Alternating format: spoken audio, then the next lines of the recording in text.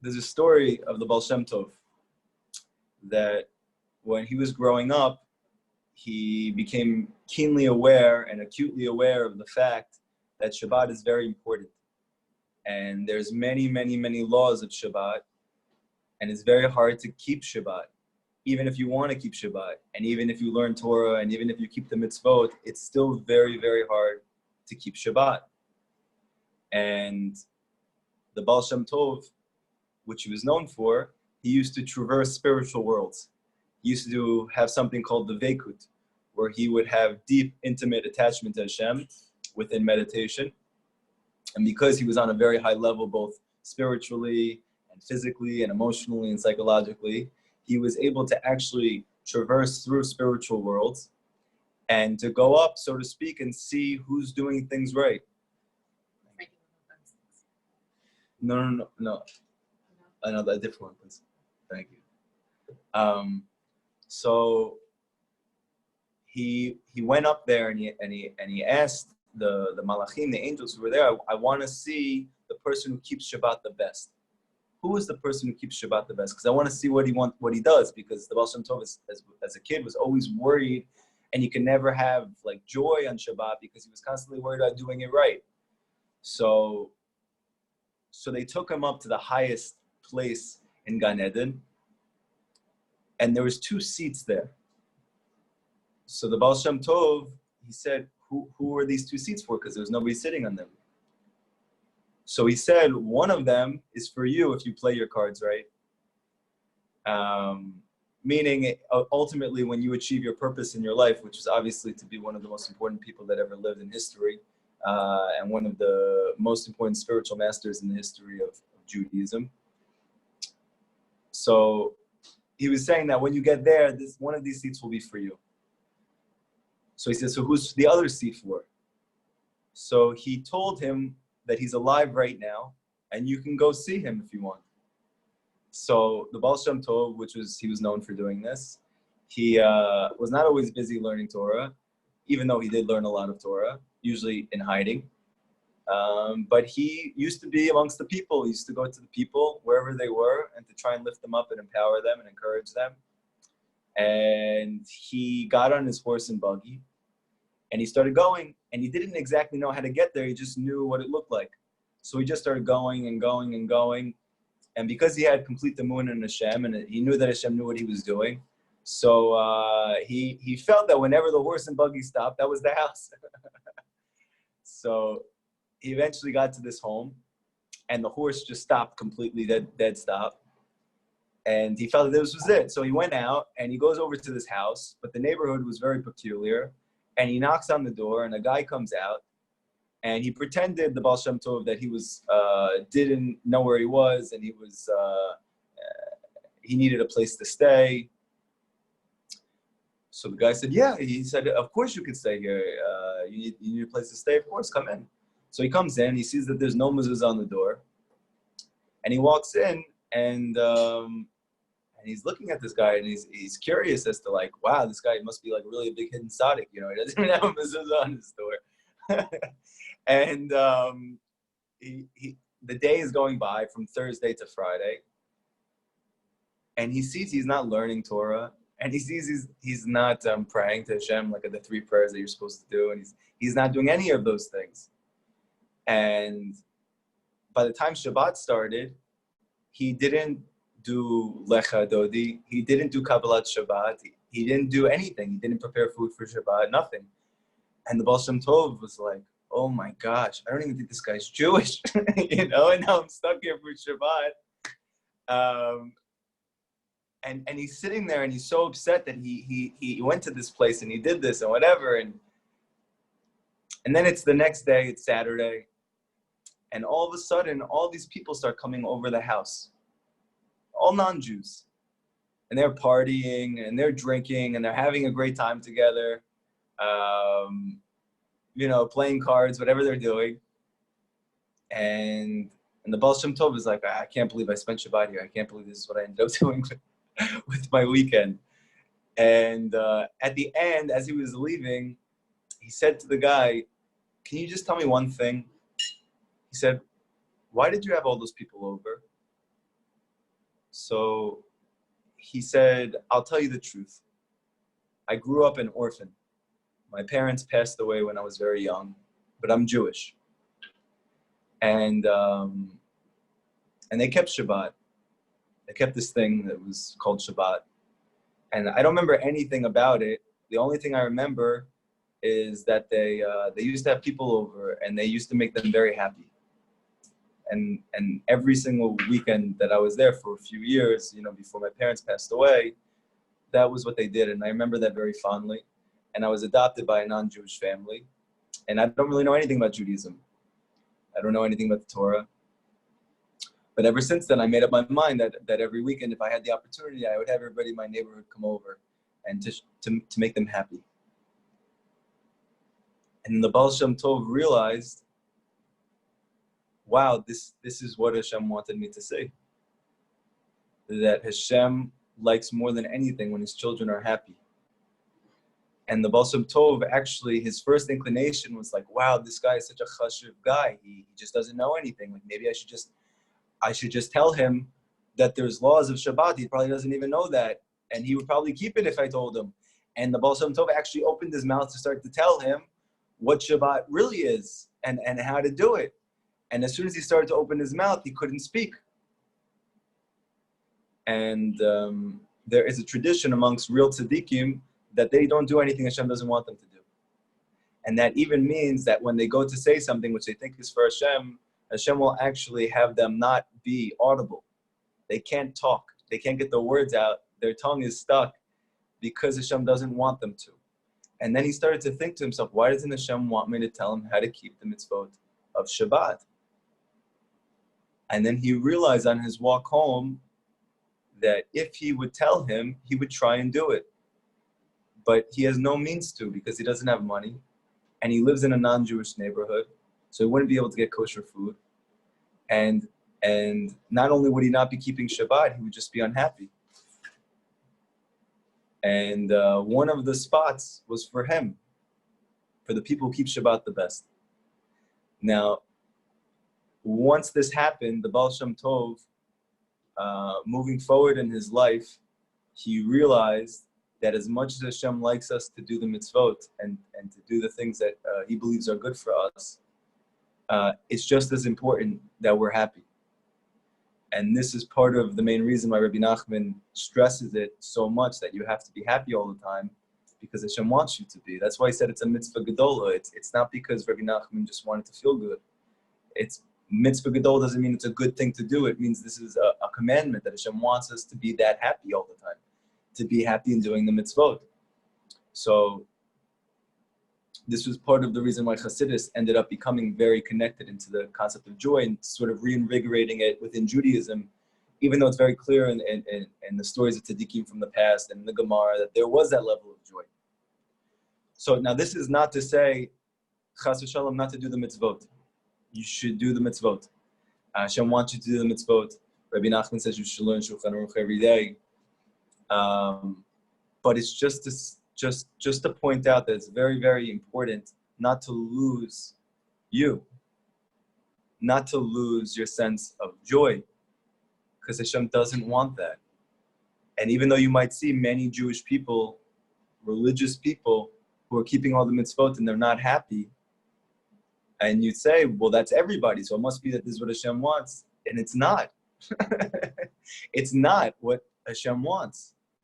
And that's the whole reason why the Baal Shem Tov made it his mission to create a whole new renaissance within the Jewish world, not because he wanted to do something new, but because he wanted to do something old.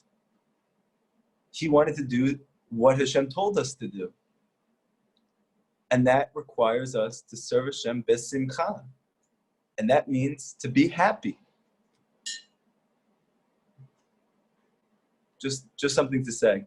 So for all the Baalei Tshuva who are listening, and all the people who are religious, people who have been keeping the mitzvot their whole life, Hashem wants you to be happy.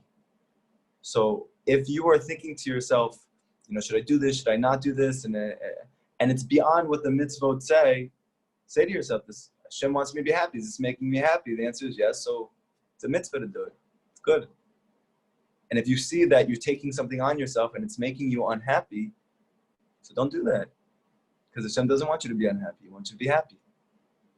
Part of what I pray for all the time is, Hashem, please help me to continue to grow spiritually, but to make sure at every step that I'm happy. Because Rabbi Nachman says that if you're happy, you can do anything. And if you're unhappy, you'll never be able to do anything. So it's the key to growing spiritually, is to be happy. Besides the fact that Hashem wants you to be. And besides the fact that when you are happy, everybody wants to be connected to you, and you're able to feel unity and peace in your life and love in your life. And you're able to think clearly, like Rabbi Nachman says, when you're happy. Rabbi Nachman, he says explicitly, the reason why the majority of the Jewish people have no connection to Hashem whatsoever has nothing to do with the fact that they don't want to keep the mitzvot. That's not why they're not doing it. And even though you're going to hear that from the majority of rabbis, that's why they're not keeping the mitzvot, is because they don't want to have the obligation on themselves. It's not true. I grew up in that world. They don't even know what the mitzvot are. So Rabbi Nachman says the reason they don't want to keep the mitzvot and they don't want to be close to Hashem is because they're not happy. And because they're not happy, they can't think clearly. And because they can't think clearly, they don't realize that they want to be close to Hashem. And that's an incredible chidush. And that's so obvious if you think about it. How many people just are not happy? And you know for yourself, and I know for myself, that when I'm not happy, I can't think well. I can't think clearly. I can't figure out what I want to do with my life and who I want to be and what do I want to accomplish. If I'm sad, I could barely get through my day. So Rabbi Nachman says, you know what the key is to bringing everybody back? Make them happy. And if you make them happy, then they're going to want to be close to Hashem. And this is the reason why the majority of secular Jews are coming back through Hasidus, through Chabad, and through Breslov, and through all these different means. Because when they go into that home is happy. And they're not used to that. And then they're thinking to themselves, this is weird. Why are they so happy? And why do they care about me so much? And why does it seem like their family gets along so well? I've never seen anything like that. And all of a sudden, they might say to themselves, this is not real, this is a cult, but this is nice to be around. Like my experience. And you stick around, and they stick around, they come back for Shabbat, and they just like the company or whatever. And then after a while, they look back at their life, they see how miserable it is, and they see how empty it is, and they see these people, and they start to think to themselves, you know what, maybe they know something I don't know. And then they start to look a little bit. The key is to be happy. To see how far this goes, the word Mashiach, if you flip the letters around, it's Yismach, that he makes happy. And now it makes a lot of sense. Meaning the fundamental means through which Mashiach brings the whole world to believe in Hashem and to want to be close to him is by making everybody happy. So it's very important that you're happy. And this is not new age psychology. This is not pop culture. This is Judaism. This is the truth. This is the emet. This is beyond all the Kabbalistic ramifications and how Simcha actually comes from the Sfirot that's higher than the 7 Sfirot that are of this natural world, that it's supernatural. And if you get even higher than that, you're in the level of Keter, where there's something called Tanug, which is ecstasy or delight. And that's an even more intense joy. That's coming from the highest place in godliness. So that's even besides all of those things. So therefore, if you want to be close to Hashem and you want to grow spiritually and you want others to be close to Hashem, and you want to show them how good it is to have Hashem in your life, then you have to really learn to be happy. And Rabbi Nachman's Torah teaches you how to be happy. But anything beyond the actual mitzvot, make sure you're happy, because that's going to allow you to really thrive and to grow every single day. So that's just a little aside. And even though that took up half the class, I think it was worth it. So I'll say quickly what we did yesterday. And then we'll move forward in this amazing, exciting new Torah in Likutey Moharan. So the Torah starts and says that what is the main weapon of Mashiach? Now, I just said that his whole effort is to make people happy and through that to bring them close to Hashem. But how does he even have the opportunity to do so?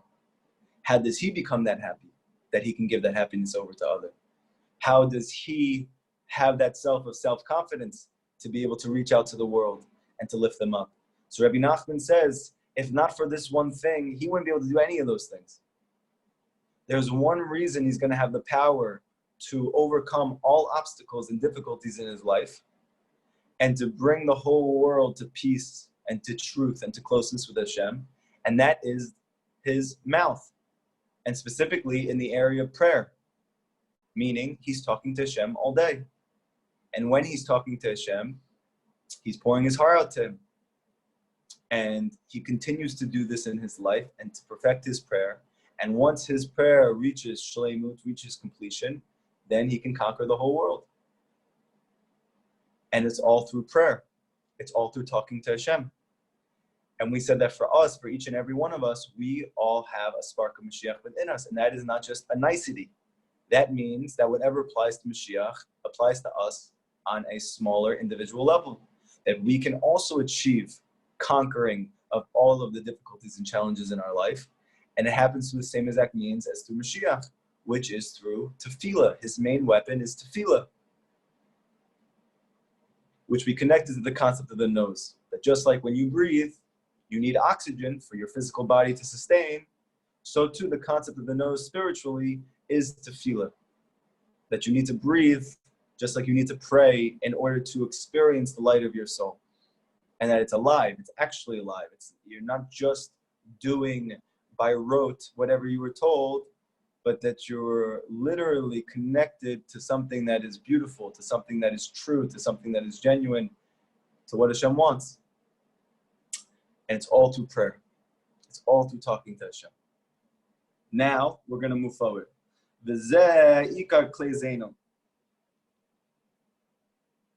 Prayer is his essential weapon. Mashiach. So now he's going to bring a proof for this. When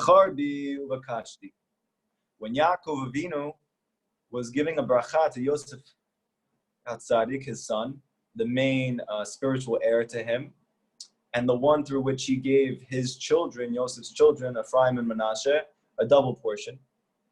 So therefore, what was supposed to go to Reuven and to Yosef, to Levi and to Yosef, actually was taken away from Levi because he was given the role of being the servants of the Jewish people, and they would not have a portion in the land of Israel.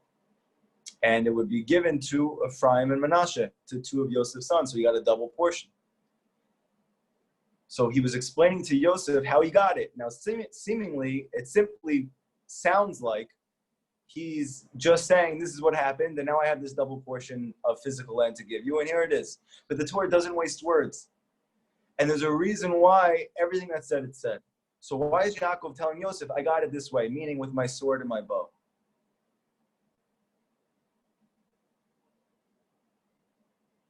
So part of the answer to this is he says he got it from the Amorites. So that's one of the 7 nations of the land of Canaan that was there, which Yoshua and the Jewish people had to overcome in order to inherit the land. And the main Amorite, according to Chazal, is Esav. That Esav is called Emori, meaning that Yaakov got this double portion, meaning the birthright, from his brother Esav, who he calls the Amorite. How did he get it from Esav? And by the way, what we're going to learn in this story is that Esav represents our connection to the physical world that is completely divorced from spirituality. Meaning, simply put, that I'm living just for physical existence, for pleasure, for honor, for prestige, for money. All that is called Esav in the Torah. Whenever you have someone or something which is connected only to the physical world and not looking at all to connect to the root of whatever he's doing, which is godliness, which is spirituality, that's called Esav. So Yaakov is saying, how did I get it from my brother, this double portion? Which we're going to learn in a moment, what was that double portion? He got it through a sword and his bow. So what's that sword and his bow? Yaakov was Jewish, and Yaakov learned in yeshiva all day. And then he got up and he got very angry at his kids for using violence. So how all of a sudden he's saying, I got this through my sword and my bow? It doesn't make sense. So what does Rashi say there? Rashi is the most famous commentator in the Torah, and he's only looking to elucidate the pshat, meaning Rashi's only intent is to explain to you the simple meaning of what the Torah says. Not to try and explain to you deeper understanding what it's saying. He's just telling you this is what the Torah means when it says this. What does it mean that Yaakov overcame and took this double portion with his sword and his bow? Ferush Rashi, tefillah uvakasha. He did it through prayer and request. So that's not Rashi explaining on a deeper level what the sword and the bow mean. It means that was his sword and bow. That's what he was talking about. That was Yaakov's weapon, in which he took from Esav the concept of the double portion, the birthright, which we're going to speak about in a moment. What is that birthright? Okay? So we see here that Yaakov Avinu, why is Rabbi Nachman bringing Yaakov Avinu as his example? Because Yaakov Avinu is the prototypical Jew. We are called Bnei Yaakov, Bnei Yisrael, because Yaakov represents the archetypal Jew in the Torah. Whatever happens to Yaakov happens to every single Jew in their lifetime. We all have Esav. Esav is the part of us that wants only to connect to physicality. And we are desperately trying to extricate ourselves from that part of us because we want to experience the inner life force of everything, because that is where all blessing and all peace and all joy comes from. And to do that, we need to take the birthright back from Esav, meaning from our ego, from our external self. How do we do that? Only through one means. Tefillah uvakasha, through prayer and request. Through your mouth. Like Rabbi Nachman is teaching, how does Mashiach conquer the world? He does it through tefillah, the same exact way. And if you're going to say, maybe Rashi's just bringing a midrash. Maybe he doesn't really mean simply, even though we know that is all he means. So now he brings a pasuk from Tehillim, where David HaMelech himself says, who is Mashiach, Ki lo v'kashti eftach. I don't trust in my sword and my bow. So we know that David HaMelech wrote all of Tehillim with Ruach HaKodesh, and that David HaMelech's experience is the experience of all the Jewish tzaddikim. So he says, I don't trust in my bow and my sword. I don't use those things. So we have now two substantial proofs to show that Yaakov was not talking about a physical sword and a bow. And the fact that he got so angry at his children for using those types of things goes to show how much he was against using physical weapons in order to achieve purposes in your life. And that doesn't just mean violence, physical violence through guns and things like this. It means mamash, violence within yourself, using anger and using demonization and using your influence to try and sway people, using coercion. Yaakov is saying, don't do that. You don't have to do that. You just have to believe completely in Hashem and rely on Hashem, and then you get it. What was the portion of land that Yaakov got? The double portion. It was called Shechem. That was what he was giving to Yosef, Shechem, and that's where Yosef's buried. Now, very interestingly, and I don't want to give too much about later Torahs, but in order to make this make sense, we have to understand what Shechem is. So Rabbi Nachman says later on something incredible, that Shechem is an acronym for Shafal, meaning this lowest level of existence. It means lowly or physical or earthly, meaning this is our physical level of reality. That's the Shin from Shechem. Then you have Kochavim, that's stars. That's the level of reality above us. That's the celestial worlds, okay? And then you have Malachim. So this is going even beyond any sense of physicality whatsoever and moving into the realms of spirituality, where you have spiritual forces who are causing reality down here. So when Yaakov said, I got the double portion from Esav, I got the birthright from him, he was saying, I acquired the ability to conquer everything in reality through tefillah. And what exactly was he referring to when he said, I got Shechem, and where Yosef ended up being buried, and we're going to see why Yosef was buried there and why he got the portion.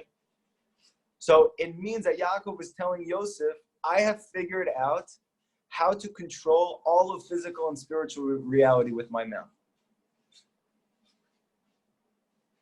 And Rabbi Nachman says later on in Likutey Moharan that your mission in your life is to be able to do the same thing. That every Jew's mission is to be able to overcome and conquer all of the forces of physical and spiritual reality using just your tefillah. And even though that sounds way beyond anything we can ever imagine, it's not, because Rabbi Nachman's saying it's not. And we're going to see in a moment what is the key to that. But what we're learning simply is that when Yaakov was giving the birthright to Yosef, the birthright he was giving was tefillah. He taught him how to pray. And he was explaining that once you have that, you have Shechem, which is Shafal, Kochavim, and Malachim, that you're going to be able to control all of physical and spiritual reality. And if we need a proof for this, that was Yosef. That is exactly what he did. It's very clear from Chazal and the Midrashim and Kabbalah that Yosef, as the viceroy in Mitzrayim, was in charge of everything. And that wasn't just physically, that was also spiritually. This is the concept of Tzaddik Yesod Olam. It doesn't just mean that he is a great figure that we should try and learn from. It means he is mamash, the foundation of the world. And Nachman says explicitly that nothing happens in this physical world unless it first comes through the tzaddik. That Hashem created reality in a way that if a Jew attains a certain level, he loves to give the whole creation over to you because he trusts you. And he knows what you're going to do is good. And that's gishmak. And that's what Rabbi Nachman wants us all to be able to attain.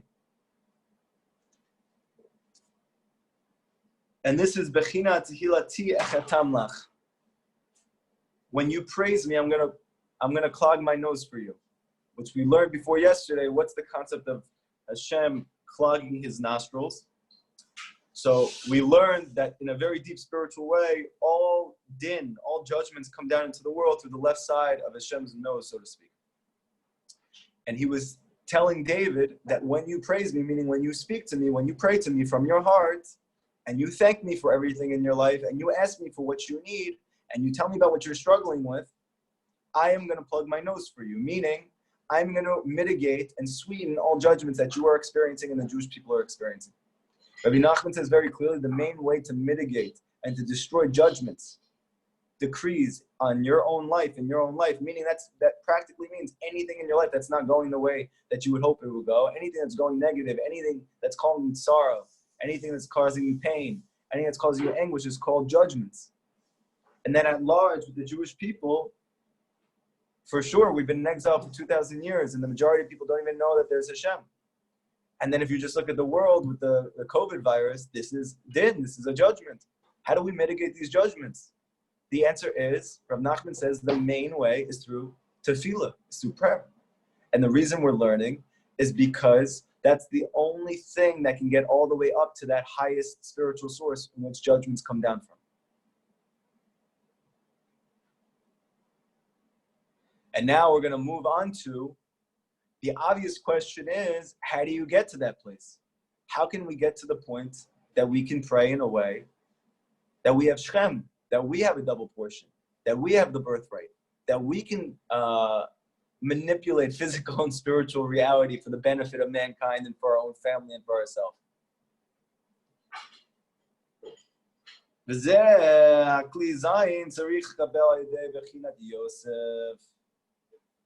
That weapon of tefillah that Mashiach is going to use to conquer the whole world and to bring the whole world to peace and to joy and to serve Hashem is only received through Yosef. So now, just very simply, before we move forward, we have spoken in the past, and it's well documented, that there's two Mashiachs. There's Mashiach ben Yosef, and there's Mashiach ben David. So what is the difference between these two Mashiachs? So one fundamental difference is, which Rabbi Nachman is hinting towards right now, which is that Mashiach ben David, who is going to conquer the whole world and bring us to all the things that we've been looking forward to for thousands of years, he's going to do that only through prayer.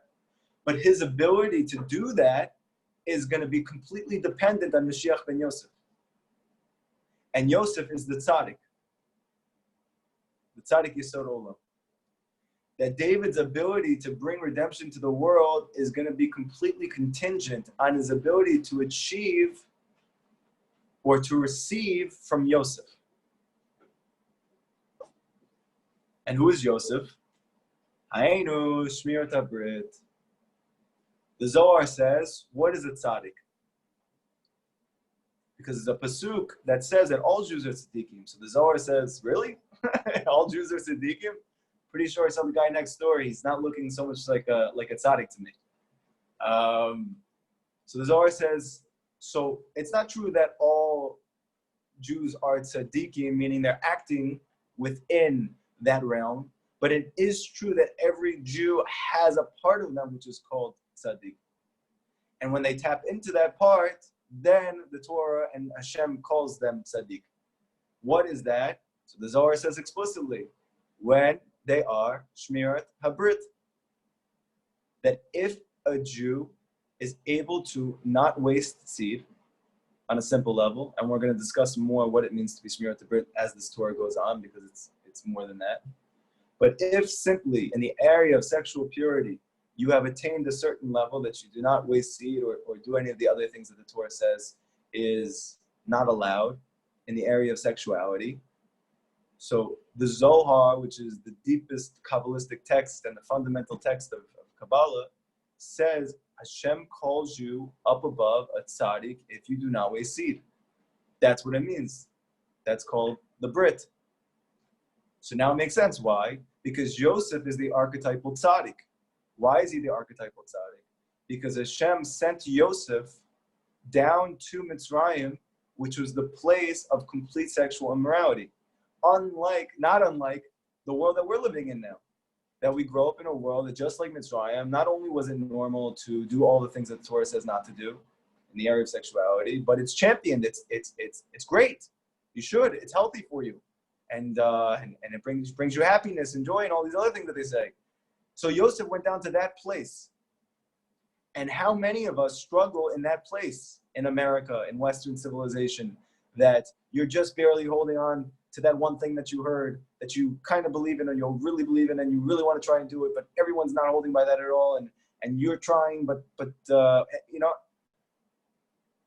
So Yosef, in that place, not only was able to not waste seed, he was a master of this area of sexual purity within Egypt. And that's the tzaddik. That the tzaddik is able to go into the secular world and still hold himself to everything he believes in. And specifically in the area of sexual purity. And that's why Yosef's main test was in the area of sexuality. And this is another important lesson for all of us. Wherever you're struggling the most in your life, Rabbi Nachman says, because you have the greatest power in that place. So if you're saying to yourself, I can't stop wasting seed. I don't understand. I keep hearing Rabbi Nachman speak about it. And all the Breslov rabbis talk about it. And the Gemara talks about it. And the Zohar speaks about it. And I can't stop doing it. I want to stop doing it. I don't know why. And the answer is because you are like Yosef. And you have an ability to be a tzaddik in a way that someone who doesn't struggle in these areas is able to. Yosef was not just a tzaddik because he didn't do it. Yosef was a tzaddik because he wanted to and he didn't do it. He's just like us. You know, Yaakov just didn't want to do it. So he's not called the tzaddik. Yosef wanted to and he didn't do it. That's called the tzaddik. So in the area that you struggle in, that's the area that you have the greatest soul power. And the reason why you feel that that's not part of you at all and you have no shaykh to this area in your life, and this is the greatest cause of your struggle and demonization of yourself, you should know that Rabbi Nachman is saying, because Satan is playing you like a fool, that he has you convinced that you are never going to be able to do this thing, to the extent that he makes you think this is your greatest lacking, and in truth it's your greatest strength. It's just not realized yet. And part of why it's so important to be attached to a tzaddik in Rav Nachman's Torah is because he is going to show you through his teachings and through his advice, and you following it and you attaching yourself to him and learning his advice and doing your best in these areas, that not only is this not your biggest lacking, it is your greatest strength. And that you were meant to teach the whole world about the area that you struggle in. It's a very important point. So Yosef, why is he called a tzaddik? Why is Mashiach ben Yosef the cause of the power of tefillah of Mashiach ben David? Because of the Brit. Kamosha Ketuv. How do we know this? Right? So obviously, there's many places that speak about how important it is to keep the Brit and X, Y, and Z. Okay, great. But how do we know that keeping the Brit actually allows you to pray in a way that it gets answered? We hear Rabbi speak about this all the time. Who says it's true? Why should I believe that? So he brings a proof. Chagor becha ayarech. There is an explicit pasuk in Tehillim that speaks about the concept of a Talmid Chacham according to Rashi. So this is a simple understanding, meaning a person who's growing spiritually and physically, and he's trying his best to be close to Hashem. Chagar habecha ayarech. Gird your sword on your thigh. Okay. So now, there's a question the Zohar has. I don't understand. Again, like Yaakov, a Talmid Chacham, someone who's learning all the time, Torah, and someone who's praying and trying to be close to Hashem. He has a sword on his thigh. Rashi says this is pshat, this is what it's talking about. So how can he have a sword on his thigh? So the Zohar says the sword is not a physical sword. It is his main power, which Rabbi Nachman is saying is tefillah. So what does it mean the sword is on his thigh? So tefillah, meaning the power of his tefillah, is resting on his thigh. And the Zohar says, what's yarech? What is thigh? It's the Brit. And now when you go back and you read all the different Torah portions where people are saying, make an oath on my thigh, and that Yaakov was struck in his thigh, so now a lot of bells are going to be ringing off. That makes a lot of sense. That the thigh was actually his Brit. And now what is this pasuk in Tehillim saying? How are you able to strengthen your weapon, your sword? So it says, Chagor becha, strengthen your sword al yarech, on your thigh, meaning through your thigh, through your Brit, you're going to strengthen your sword, your tefillah. Through your mastery in the area of the Brit and sexual purity, you are going to be able to get all of your prayers answered and to be able to conquer the whole world. Like another pasuk. So he's going to bring another pasuk to substantiate it. And this Tehillim is specifically about Mashiach. All the commentators say it. It's speaking about Mashiach. What's the pasuk say? From the fruit of your offspring, I'm going to set your throne to you. So the commentators explain, what does that mean? This means Malchut, that Hashem is promising David that his children are going to be the kings of Israel. And the deeper text explain it's talking about Mashiach, meaning he was telling David, your son, Mashiach, is going to have the throne. Okay, great, we know that. And then Rav Nachman says, Zeh Bechinat Mashiach. This is talking about Mashiach. Bechinat Tefillah, which Rav Nachman is not teaching you. What does it mean to be Mashiach? It means to pray. That is to be Mashiach. To get your prayers answered, that's called Mashiach. Because how Mashiach is going to conquer the whole world is through his tefillah. And how does he do that? What is the next part of that, the next pasuk in Tehillim say? After it says, I'm going to give the fruit of your womb, meaning your children, the crown, meaning Mashiach, to be the king of the Jewish people. Im yishmaru v'necha briti. If your children will guard my Brit. So there you go. So many different places that Rav Nachman is elucidating that you never thought about before. Wow, it's obvious that Hashem is constantly saying, your sword is your prayer. Whether it's through Yaakov, or whether it's through David, or whether it's through Mashiach, or whether it's in Tehillim, or whatever it is. And your ability to access that prayer and to get answered is when you guard your Brit. Hayina al Yedei Yosef. Meaning, only through Mashiach ben David can you get to only through Mashiach ben Yosef can you get to Mashiach ben David. Meaning, practically, individually, only through Shmirat Brit can I get to Tefillah. So if you're wondering, if I'm praying like Rabbi Nachman tells me to do all the time, and I'm not getting my prayers answered, what's the reason? The answer is Shmirat Brit. And if you think you're Shmirat Brit, and you're still not getting your prayers answered, it's because you haven't learned enough about what Rabbi Nachman says is Shmirat Brit. Because Rabbi Nachman is about to say that when a person is truly Shmirat Brit, he gets every single prayer answered. Every single one gets answered. To the point that it actually becomes a danger, and we're going to talk about how you have to put safeguards on yourself so that you don't pray for the wrong thing, because it's going to happen. The Yosef sheshamar et the Brit, and Yosef that he guarded the Brit, natal et the bachura.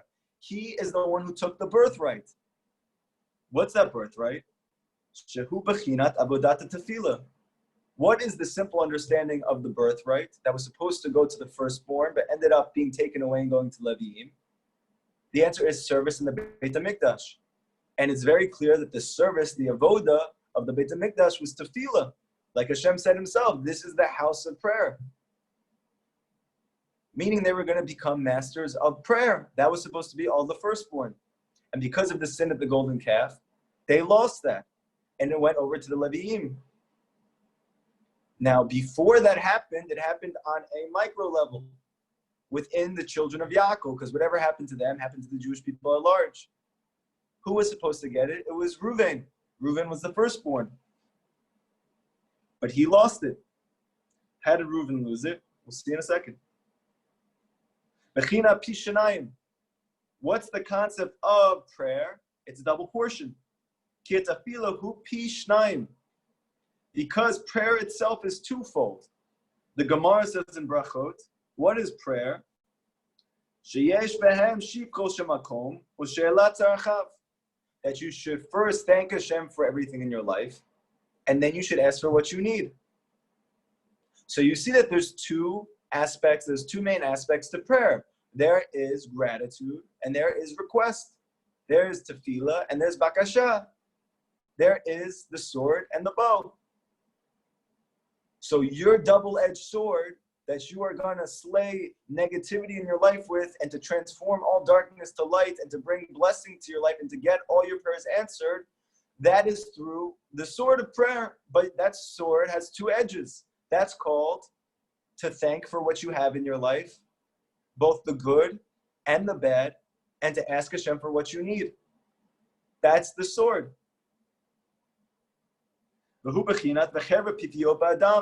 Before you go to sleep, if anybody here does Shema on your bed, so you'll know there, especially if you're Sephardic or you're Hasidic, that there's a pasuk that you're supposed to say 3 times. And in that pasuk, it says, that this double-edged sword is in his hand, meaning Shlomo Melech had 60 servants who stood around him, soldiers, when he slept. And they all had a double-edged sword in their hand. So what does it mean simply? It means simply that they had a double-edged sword, but what does it mean on a deeper level? It means that they all had the quality of prayer, and therefore they were able to protect the king. And because of that, Shlomo was protected. So that's the double-edged sword that we're all supposed to have. That's the birthright. Bechinat shtei piyot, 2 sides, bechinot pi shnayim, meaning a double portion. That's the double portion. And now we can understand why did Reuven lose it to Yosef. Okay, so Reuven lost it. Why did Reuven lose it? He made an error, so what? Okay, we all make mistakes. So why should he lose the whole birthright? Because that is supposed to go to the firstborn. And the answer is, where did he make an error?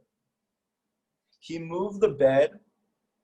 So what happened was his father Yaakov, his main wife was Rachel. This was Joseph's mother, Benjamin's mother. Once she passed away, all of Leah's children thought that Yaakov, seeing as that was his other wife, would put the bed in her tent. And he didn't. he put it in Rachel's maidservant, Bilhah. And Reuven, as the oldest and able to understand what was going on, he was very confused and very angry. And he didn't understand how could it be that my mother has suffered this whole time feeling like you loved Rachel more, and now she passes away and you're going to put your bed in the maidservants? How are you going to do that? So he took the bed and put it into his mother's. And according to Chassidut, according to Chazal, according to the Gemara, according to all of the sages, this was a pagam of the Brit, because he moved the bed. And the bed is where there is sexual intimacy. So therefore, on a very deep level, that was a pagam of the Brit. And now Rabbi Nachman is saying, now you can understand why, even though that was a seemingly innocent error, which maybe any son would do if that was in the same situation, because it was a blemish of the Brit, he lost the birthright. Oh, that's amazing. That makes sense now. But now the question is, but why does it go to Yosef? There's so many other tzaddikim that he had. The answer is, because Yosef was shmirat the Brit. Because it was the opposite for Yosef. Yosef, within the most secular world, he managed to be shmirat the Brit. And therefore, only he can get the birthright. Because the ability to get the birthright, meaning to feel it that gets answered every time, which Yaakov took from Esav, the only way you're able to access that is through shmirat the Brit, which is the concept of Yosef.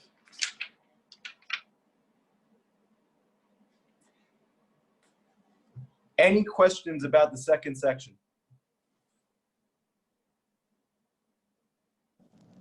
Yosef is Yasod, right? Yes. Okay.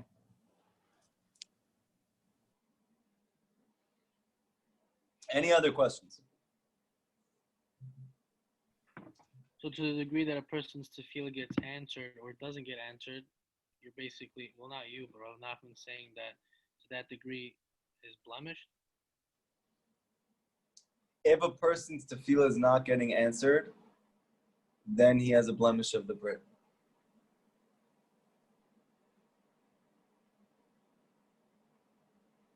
And that doesn't, and again, that doesn't just mean that you're wasting seed. Maybe you're not wasting seed at all. And maybe you have worked on this for many years and you have gotten to a point that you feel like you have a very high level of sexual purity. However, Rav Nachman is going to explain later on that the Brit is not just not wasting seed. It has also to do with keeping all the halachot. It has also to do with learning Torah. It has to do with a lot of things. And therefore, to keep the Brit is really to keep everything. And that's why there is a tzaddik emet, because it's almost impossible to get to that point. And that's why Rabbi Nachman teaches, and Rav Natan actually says this, you know, anyone who's listening to this might feel completely overwhelmed. I can't stop wasting seed. How am I ever getting to the point that even if I do stop, I'm gonna be able to do all of these things, that whatever we're speaking about now. And Rav Natan says, in truth, very few people ever get to the level of perfected prayer. Okay? Very few people ever get to this point that they have mastered their Brit to the extent that they get all their prayers answered. Only the tzaddik emet, or the true tzaddikim, have ever gotten to this point. Okay? However, Rav Natan says, and this is the key for all of us, that through two means, you're able to still get your prayers answered, even when you're not holding at that point. Not yet, or maybe not even ever. And what are those two ways? So he brings down in Torah Natan. The first thing is that you are attached to a true tzaddik. That by being attached to a person who has attained that level, or to the tzaddik who has attained that level, and you are learning his Torah and trying to fulfill his eitzot, his advice, so then, so to speak, you get his VIP card. That you are able to get your prayers answered even when you're not yet holding at that level, or maybe you're never holding at that level. But you're still able to with that. And then Rav Natan adds an important second part. But that's only when you yourself are trying your very hardest in the area of tefillah. That you are toiling every day to do your hipodadut, to pray as hard as you can, to pray as much as you can. if you're doing that and you are attached to a true tzaddik, then Rav Natan says you too will get to the point that you get your prayers answered. So that was a very good question, and that was a very important last point for everybody who's listening, because this can sound very overwhelming, and this could sound like something that's just not realistic. And the answer is, Rav Natan saying, it's not for everybody to get to this point. Maybe it is realistic for all of us not to waste seed. We can do that, okay? And even that is very hard. But to be able to actually get to the point to become a master of the Brit like Yosef Atzadik, so there's very few people who have ever done that. And therefore, Rav Natan saying, your main thing then is just to make sure that you're attached to the person who has. And when you do that,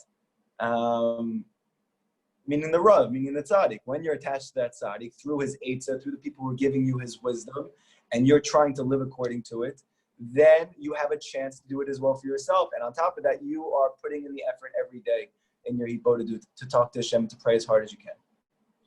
Kalmus, let me ask you a question, right? Sure. Maybe a little personal. You don't have to answer. For the viewers, I want people to understand it. Benny, I'm losing you a little bit. I can't hear you so much. Yeah. A little louder. Sorry. I know it's private, but I can't hear anything. You hear me now? Yes. Okay, good.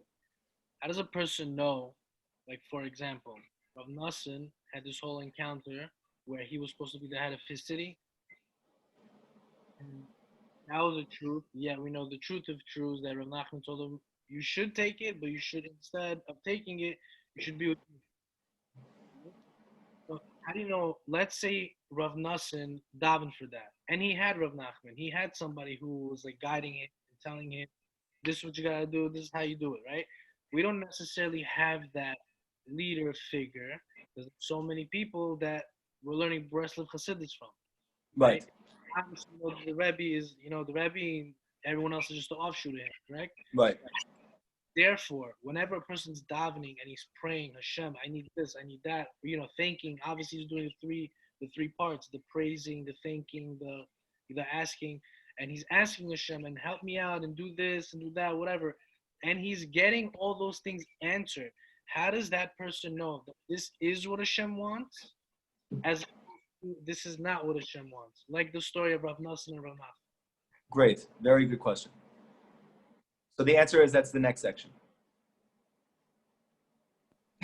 That's actually the next section. Like we said before, that we're going to go from when you obtain this level of the Brit, and you do get your prayers answered, then there's a danger to that, because who says you're praying for the right thing?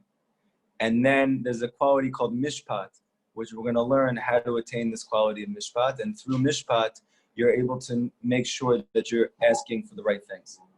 So very good question as well. Okay, but things that are like I'm sure Rav Nassim, when he was asking, he wasn't asking things for like his son. So we need to understand something. Sorry, I lost you a little bit, but I think I understand what you're trying to say.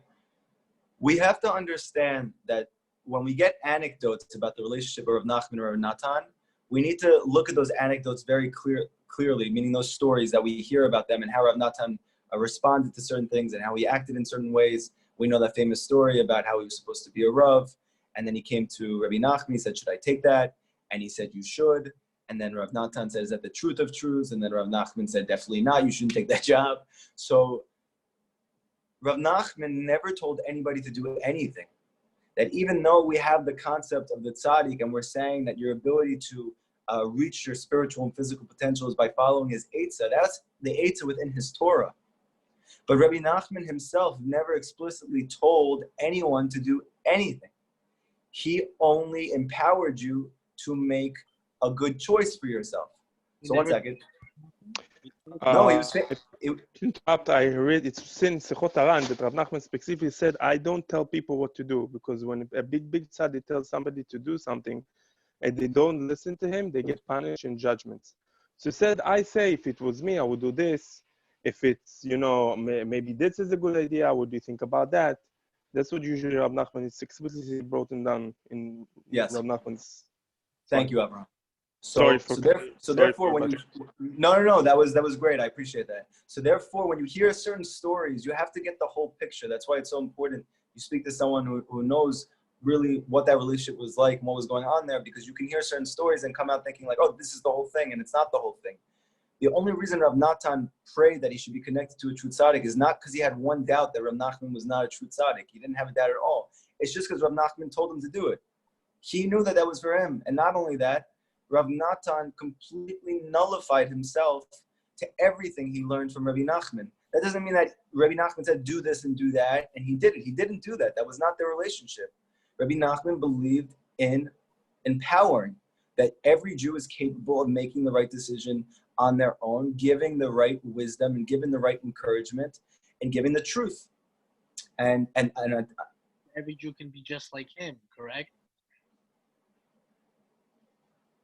So Rabbi Nachman didn't exactly say that every Jew can be just like him. He said that every Jew can be a tzaddik.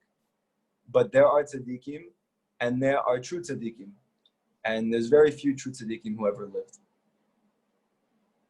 What's the difference of a true? I have something to say. Yes. So Rambam says that what comes from the Brit is brain fluid. Am I correct? It's like a yes. So I've learned or I've heard there's a way of bringing from your Brit all the way up to your spinal cord what is in there up into your brain. Can you shed some light on that if it's true? I don't know, but I would stay away from such a practice. The meditative practice that the Kabbalists would do, I think. Oh, okay. So I didn't know about this. I would also stay away from this practice, and okay. I would suggest that you simply work on talking to Hashem every day for an hour, and learning what Rabbi Nachman says is the best thing for you to do in order to achieve all these things, and to be simple. Many Balei Tshuva, especially like us, that we love Kabbalah and we're so connected to deep spiritual things, and there's really big reasons for that and very beautiful reasons for that. However, that can also become a Yetzer Hara clothed in a mitzvah as well. And therefore, just be simple. And Rabbi Nachman gives you all that you need to be able to achieve everything you want in your life. And I didn't see anywhere that he tells you to take the fluids from your semen and to put it up your spine into your brain. So, but if I do see that, I will completely stand corrected, and I will humble myself before everybody, because I don't know everything, and not even close. I know very little, but look into it if I'm wrong, if I'm right. I missed that one in Sichot Haran. So, but maybe I missed it. You know, maybe Abraham knows. He knows a lot. Of that can you hear me? By the way, Benny said, and just to not correction, it says Rav Nachman explicitly said, he says, "Ani yachol la'asot lechem kamoni mamish." I can make you like me. Like I don't know, how would you translate the word mamish? But the thing is, like you said, really, meaning he didn't mean that we can be like Rab Nachman. It means you can be fulfilling your full potential just like I did. Kamoni mamash. What did Rab Nachman said? I completely fulfilled everything that I could have done, and you can reach the levels. Listen, Benny, one thing. Fulfilling your potential. Keep going. And then Rab Natan also once said, he says, like, I'm not his student, yeah? Rav Natan says, I'm not holding, I'm ready for Mashiach. Like, I'm not holding back Mashiach. I'm not doing any sins. I'm going to the max. Like, for me, in my case, I'm not going to have any judgments, any taina. Why was Mashiach holding back because of you?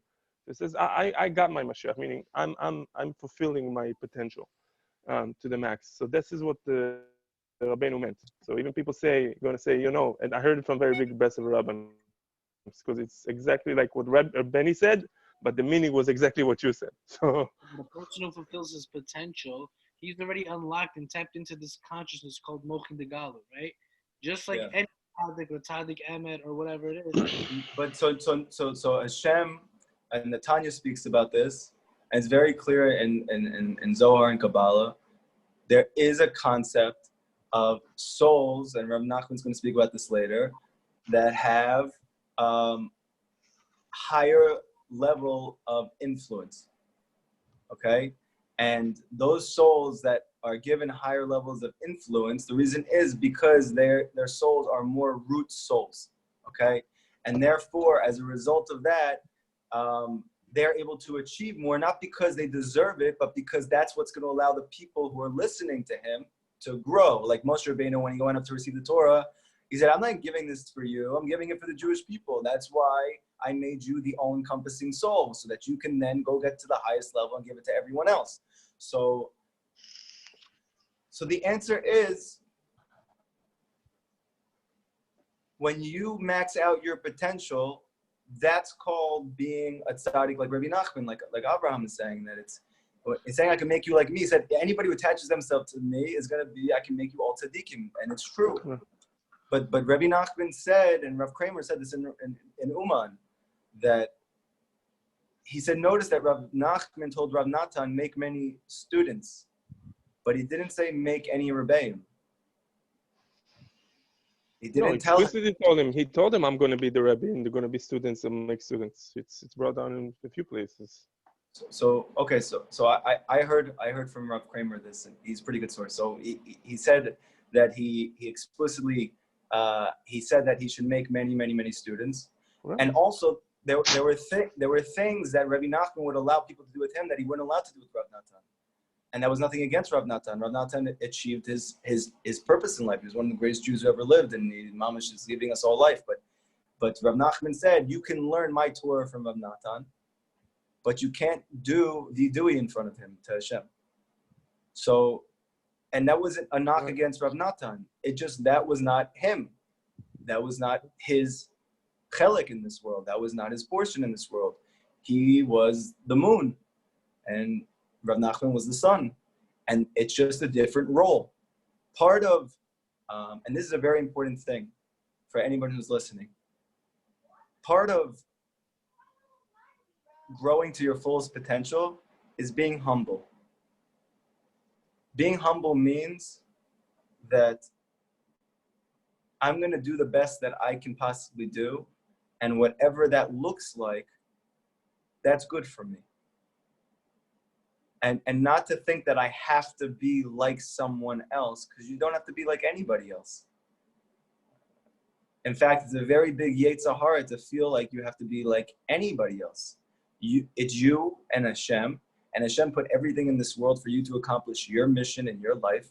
And your mission as a tzaddik could be to make kosher food for people, or to do kiruv, or to teach, or to do anything. And the Tanya explains that how foolish we are, that we don't realize that if you took all the souls of the Jewish people, you would see that you are like part of the hand, and someone's part of the foot, someone's part of the head. And how foolish the hand would be to say, well, I want to be like the head. Yeah, but then you're not going to be the hand, and you need a hand. And you need a hand just as much as you need a head. And if the head says, I want to be like the feet, yeah, but that's not even good for the body, because with a head and without feet, you can't walk. So the concept of a body, the concept of the Klal Yisrael being one soul is not a nicety. It's not to make people feel good. It's because mamash, every single Jewish soul from the beginning until the end of time is in a different place within the spiritual body that's called Yisrael. That's why some people like learning Torah all day and some people can't. That's why some people go to work and some people don't. That's why some people want to encourage and empower others through their speech, and some people are quiet, because we are not all the same, and that's great. That's beautiful. And part of being able to grow is to learn who you are. And the only way to learn who you are is through Hippodaду.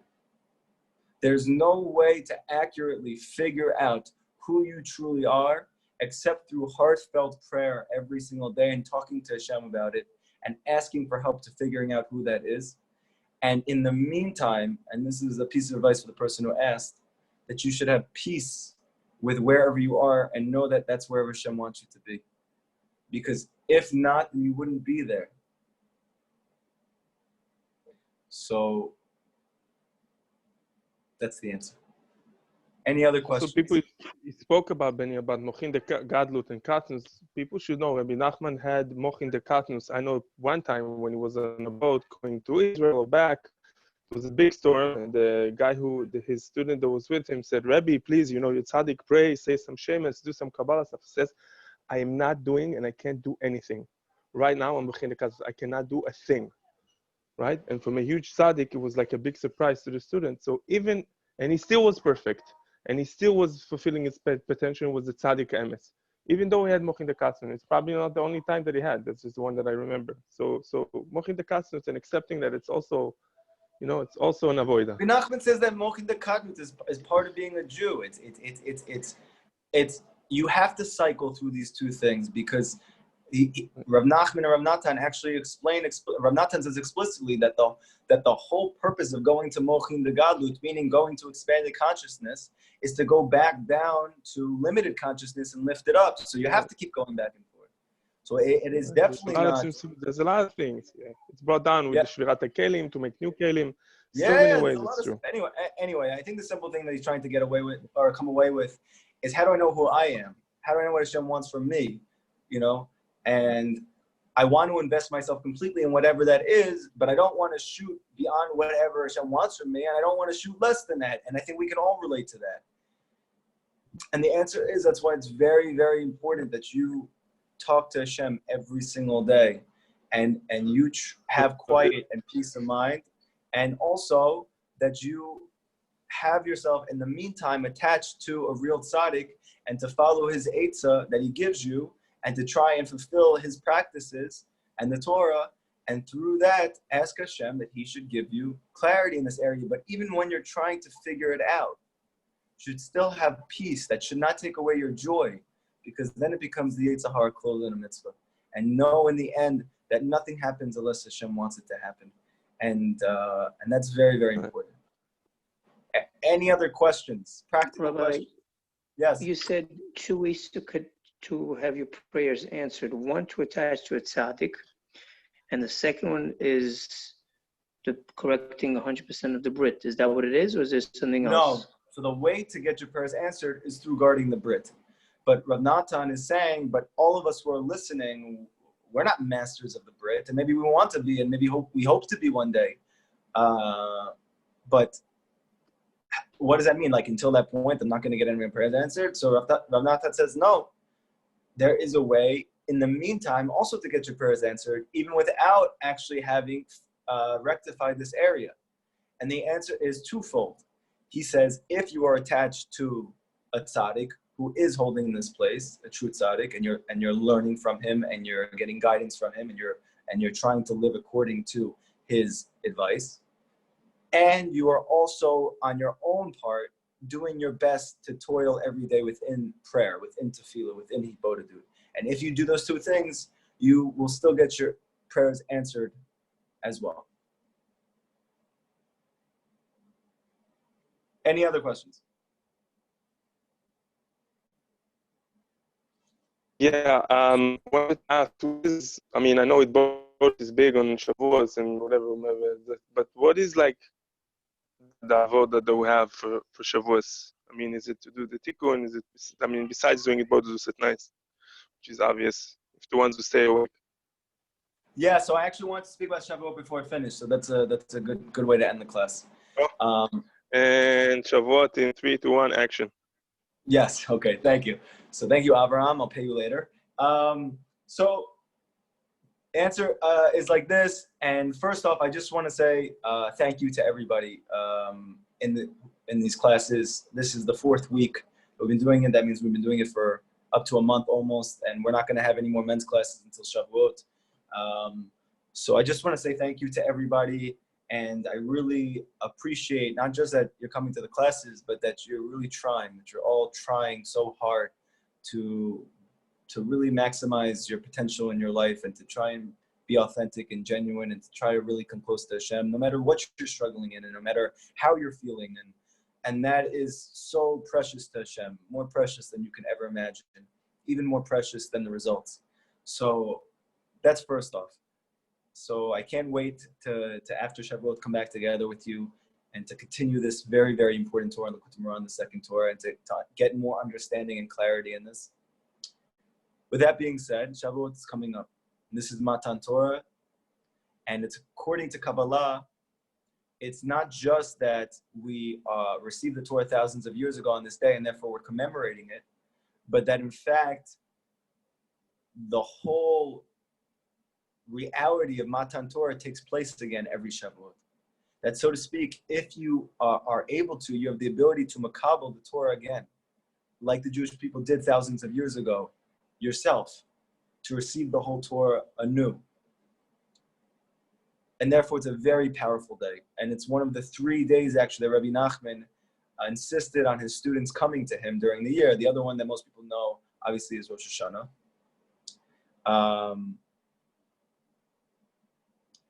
But Shavuot was one of those 3 days. And one of the reasons is because it's such a powerful, powerful day. So what are the main things? Obviously, with the COVID virus, it becomes a little bit more difficult. However, Rabbi Nachman has a very famous Torah in Likutey Moharan about Shavuot, about Matan Torah, and the concept of the mikveh. And it's one of the few places in Likutey Moharan he actually speaks about the mikveh, which is surprising because of how much Breslovers go to the mikveh and how important it is to do so. However, this is one of the main sources where Rabbi Nachman holds about the mikveh, and it's specifically about Shavuot and how you're learning that night and then eventually going to the mikveh after, before you pray Shachrit in the morning, or Musaf. So then through this, you actually achieve the 50th gate of Chokhmah. And we know that according to the Gemara and according to Kabbalah, the 50th gate is the highest gate of spiritual light. And it's only accessible on Shavuot.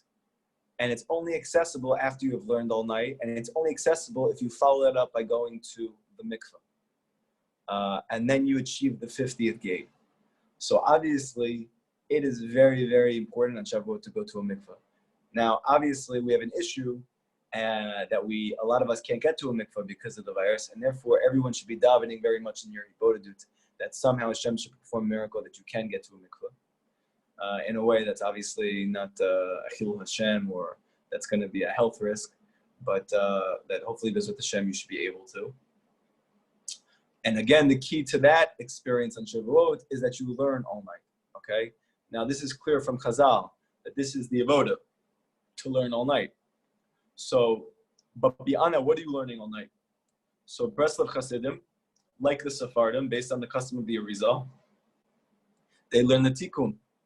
They learn the Tikkun that the Arizal put together, that he innovated, which goes through a little bit of every aspect of Tanakh and Zohars. And you're able to finish the whole thing in one night. And the Arizal spoke very, very highly of this. And all the Hasidic masters speak very highly of this. And all of the Sephardic rabbis speak very highly of this, and all the Mekubalim speak very highly of this, and that there is a tikkun that is achieved through doing this that you can't do through anything else. And therefore, Breslover Hasidim, including Rabbi Nachman himself, would do that tikkun every Shavuot and go through the whole thing. However, in addition to that, which you may not find in other places, is there was just as much an emphasis on joy, like we spoke about in the beginning of the class. Meaning, not only are you learning like that, but you're also dancing and singing. So part of the ability to get to the mikveh and get to the 50th gate, beside the learning all night and doing that tikkun, is actually to be besimcha, to be very happy. And obviously, how do you express happiness? Through singing, through dancing. And therefore, it was very common for Breslov Hasidim, even Rav Natan and his friends at the time, and over the course of the couple hundred of years since Rabbi Nachman and Rav Natan lived, that they, so to speak, some people are doing the tikkun while other Jews are dancing, and then they stop dancing and they do the tikkun, and the other people are dancing, and then when they finish, everybody's dancing and singing together. So therefore, these are the three main things on Shavuot. First is that you stay up all night and you learn, and that you say the tikkun. Second is that you are besimcha, that you are happy. Why? Because we know that on Matan Torah, they had achieved the highest level of happiness. Rabbi Nachman explains elsewhere that the crowns that they received on Shavuot, the first time they received the Torah, when they said Naaseh v'Nishma, and it says in the Midrash, they all received 2 crowns. What were the crowns they received? He said it was called Simcha. that for the first time in history, they achieved real happiness. So therefore, Rav Nachman and his Hasidim, they don't just replicate the learning of the Torah and receiving it all over again. They are replicating the whole experience, because it's not just a replication. It is, and you're able to tap into, so to speak, a spiritual portal where you are at Matan Torah again, and you're receiving it completely new again. You do that by saying the Tikkun. That's like you got the whole Torah, and then on top of that, you're besimcha like they were, and then you go to the mikveh like they did, and those are the main avodas. And through this, you're able to achieve things the rest of the year that you can't do on any other day, because you have achieved the 50th gate of Chokhmah, wisdom, of God consciousness. Okay? Everybody have an amazing, amazing, happy, meaningful, and connected Shavuot. Don't waste time on Shavuot. Even though Rav Nachman says it's very important to be happy, he doesn't mean not learning or not praying. He means within the actual spiritual connections that you're trying to make at the time. It's a very serious time in terms of you should be learning all night and doing your best to be focusing on spiritual matters and not talking about secular things at all that night. But while you're doing that, you need to make sure that you're mamish happy, that you're really, really happy. So I wish you guys all a happy, elevated, connected, peaceful, joyful, amazing, amazing Chag Shavuot. And that we should mamish receive the Torah of Mashiach and go back to the land of Israel and go home and to end this long, painful, traumatic exile and to experience all the things that we've all been yearning for our whole life. I love you guys so much. I can't wait to see you guys on Sunday night after Shavuot and to have the men's women's class then, and to keep going and to keep growing closer and closer and closer to Hashem until Mashiach. Okay? Everybody have a great night and a great Shavuot. Thank you, Rabbi. Thank you. Thank you.